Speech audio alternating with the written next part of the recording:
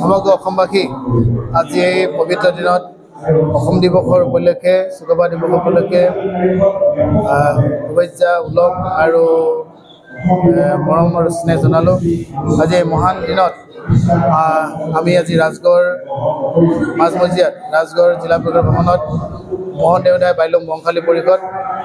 ৰাজগড় চুকাফা দিৱস উদযাপন সমিতিৰ সহযোগত ৰাজগড়বাসী ৰাইজৰ একান্তৰ সহযোগতে আজি ৰাজগড় জিলা পৰিষদ ভৱনত আমি উলহ-মালহে চাওলুং চুকাফাৰ আজি অসমত প্ৰৱেশ কৰাৰ দিন এই অসম দিৱস এই মহান ব্যক্তিজনৰ জীৱনৰ প্ৰথম দিন হিচাপে আমি উদযাপন কৰিছোঁ আৰু সাত ৰাজধানী এক ৰাজ কৰা এই মহান ব্যক্তিজনৰ বাণী সমগ্ৰ অসমৰ যি সকলো জনগোষ্ঠীক এক কৰি এখন মহান চৰকাৰ বা মহান এখন দেশ গঢ়াত যি ভূমিকা গ্ৰহণ কৰিছিল সেইজন চাওলুং চুকাফাৰ আজি অসম প্ৰৱেশৰ দিনত সমগ্ৰ অসমবাসী সকলো অসমবাসীয়া ৰাইজক চুকাফাৰে যি পথাৰে চুকাফাৰ যি নীতি নিয়মেৰে চুকাফাৰ যি আদৰ্শৰে আদৰ্শিত হৈ অসমখন 600 বছৰ ৰাজত্ব কৰিছিল 600 বছৰ ওপৰ ৰাজত্ব কৰিছিল এনেজন মহান ব্যক্তি আজি তেওঁৰ জীৱনী আৰু আত্মজীৱনীৰ কথা চিন্তা কৰিব কৰাৰ স্থল পালোঁ। তাৰ কাৰণে আমাৰ সংগঠন আৰু মোহন দেওধাই বাইলুং সংগঠনৰ সকলো বিষয়ববীয়াক আমি আৰু ৰাজগড়বাসী ৰাইজক আমি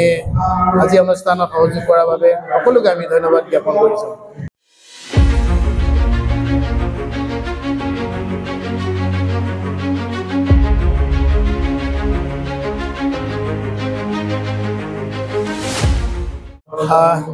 সমগ্ৰ অসমবাসী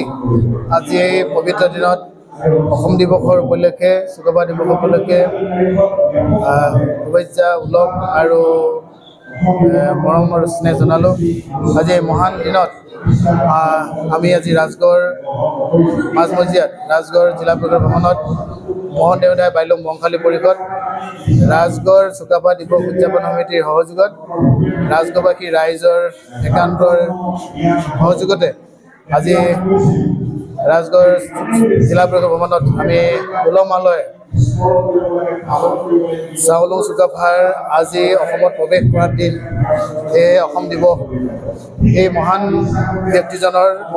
জীৱনৰ প্ৰথম দিন হিচাপে আমি উদযাপন কৰিছোঁ আৰু সাত ৰাজধানী এক ৰাজ কৰা এই মহান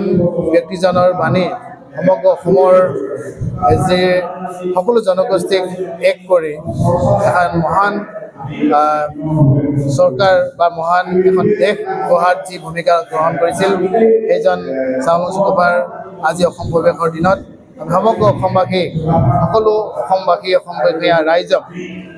চুকাফাৰে যি পথাৰে চুকাফাৰ যি নীতি নিয়মেৰে চুকাফাৰ যি আদৰ্শৰে আদৰ্শিত হৈ অসমখন 600 বছৰ ৰাজত্ব কৰিছিল 600 বছৰ ওপৰ ৰাজত্ব কৰিছিল এনেজন মহান ব্যক্তি আজি তেওঁৰ জীৱনী আৰু আত্মজীৱনীৰ কথা চিন্তা কৰিব কৰাৰ স্থল পালোঁ। তাৰ কাৰণে আমাৰ সংগঠন